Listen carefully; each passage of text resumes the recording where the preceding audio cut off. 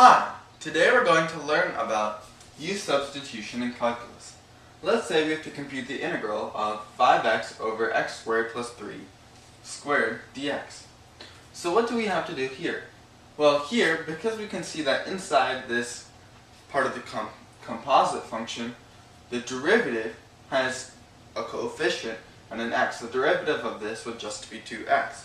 And we know that if we put 2x in the denominator, it would cancel out all the other x's except for the one in the composite function.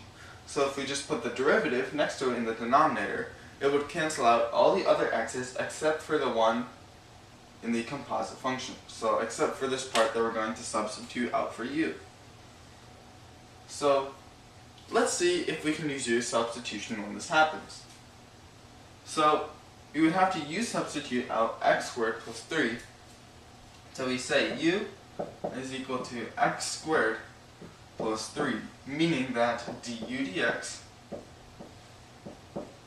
equals 2x, meaning that dx equals du over 2x.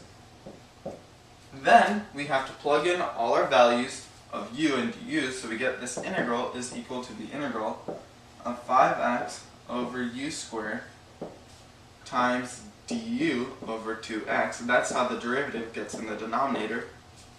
Then we can see that these x's cancel out, leaving us with 5 halves times the integral of 1 over u squared, which is equal to 5 halves times negative 1 over u, which is equal to negative 5 over 2 times u. But now we have to substitute back the value of u that we take out, which is x squared plus 3. So 2 times x squared plus 3. So we can see that we can use u-substitution when the derivative of the part that we're taking out for u, or the part that we're subbing u in for, when the derivative of that will cancel all the other values, or all the other x's, out from this integrand if we put it in the denominator. So what we did is we had the derivative. It went in the denominator because of what we did over here.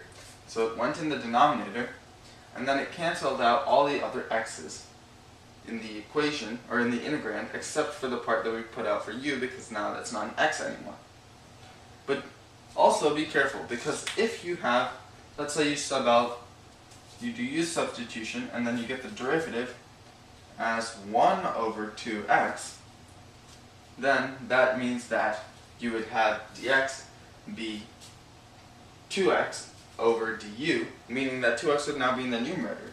So when you get these, you have to think about it, and if it's just 2x, or if it's not a fraction with the derivative part in the denominator, so if the derivative does not have anything in the denominator, then that means that it will go in the denominator of the integrand.